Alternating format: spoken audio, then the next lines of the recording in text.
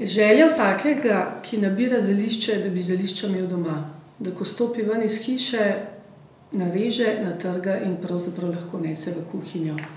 Čarobni zeliščni vrt pa je knjiga, ki vam pomaga do tega. Vemo, da v bistvu danes vsak nima velikega vrta, vsak nima ne vem koliko prostora za gojenje, ampak možnosti je veliko. Zelišča lahko gojimo v koritih, lahko jih gojimo v manjših loncih, v večjih loncih, lahko jih imamo doma, na oknu, na balkonu. In ta knjiga vam pomaga, da v bistvu do teh zelišč pridete zelo na lahek način. Knjiga je zastavljena, lahko rečem, bolj z občutkom in pa z vidika vrtnarja.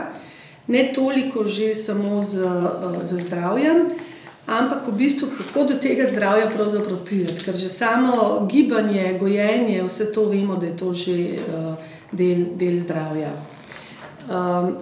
Knjigo vam priporočam, napisana je enostavno, opisano je ogromno zelišč, od milnice, monarde, poprovih med, melis. Presenečeni boste, kako enostavno je to vse gojiti doma.